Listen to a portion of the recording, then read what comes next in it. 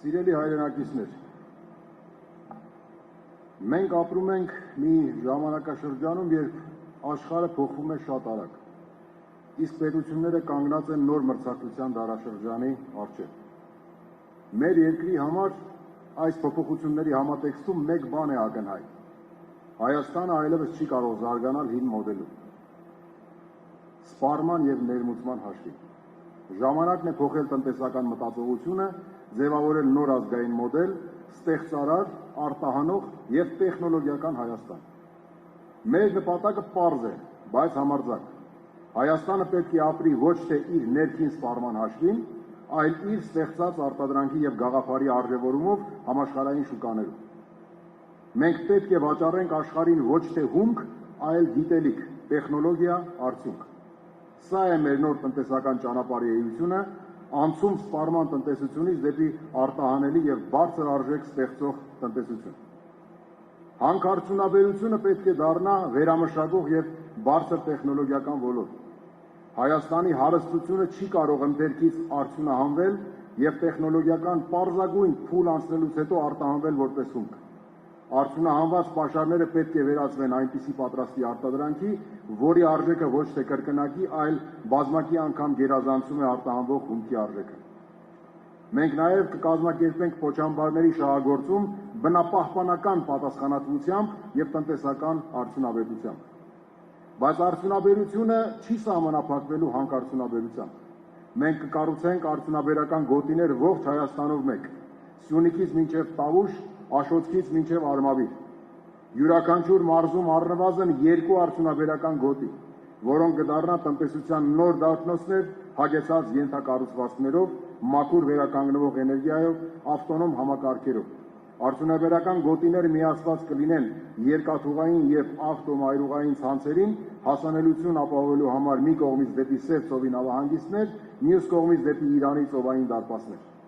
Արդյունաբերական գոտիներում կգործեն գրեթե զրոյական հարկային ռեժիմներ։ Փոխարենը տնտեսավարողները կվճարեն միայն պետական տուրք զբաղեցրած յուրաքանչյուր քառակուսի մետրի համար։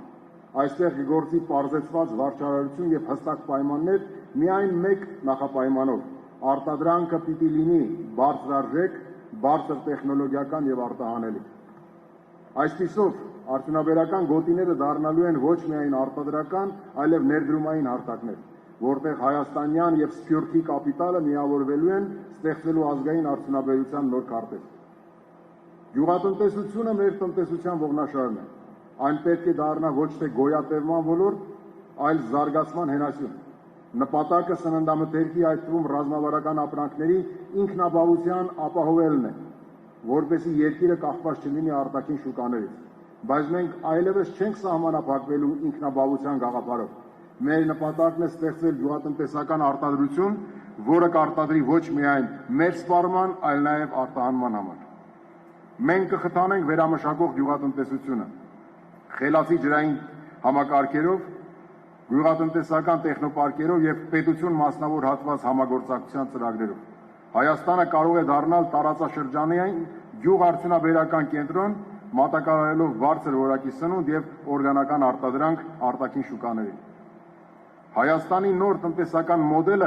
անհնար է առանց Սփյուռքի ներուժի։ Մենք հավատում ենք, որ Սփյուռքի մեր ահռելի ներդրումային գիտական եւ մարդկային կապիտալն է։ Մեր տեսլականում Սփյուռքը այլևս նվիրատու չէ,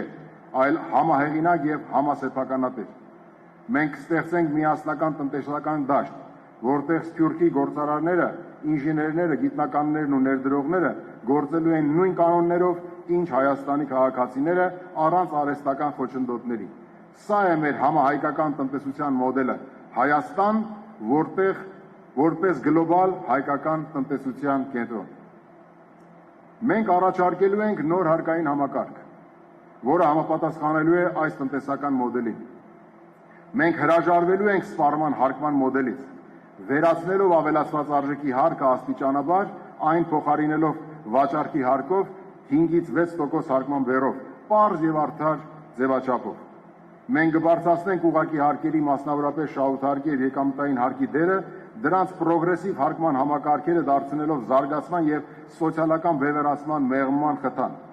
Փոքր ու միջին բիզնեսի համար ներդրվելու են նվազագույն հարկային ռեժիմներ նորարարական գաղափարները խթանելու համար։ Վերաիմաստավորված բաժնետիրական ընկերությունների համար շահութարկի հարկման նոր համակարգ կներդրվի, միջազգային փորձին համահունչ։ Շահութարկ վճարելու պարտականությունը միայն դիվիդենդների բաշխման դեպքում կրելու պարտավորություն սահմանելու միջոցով։ Մինչ նոր համակարգի գործարկումը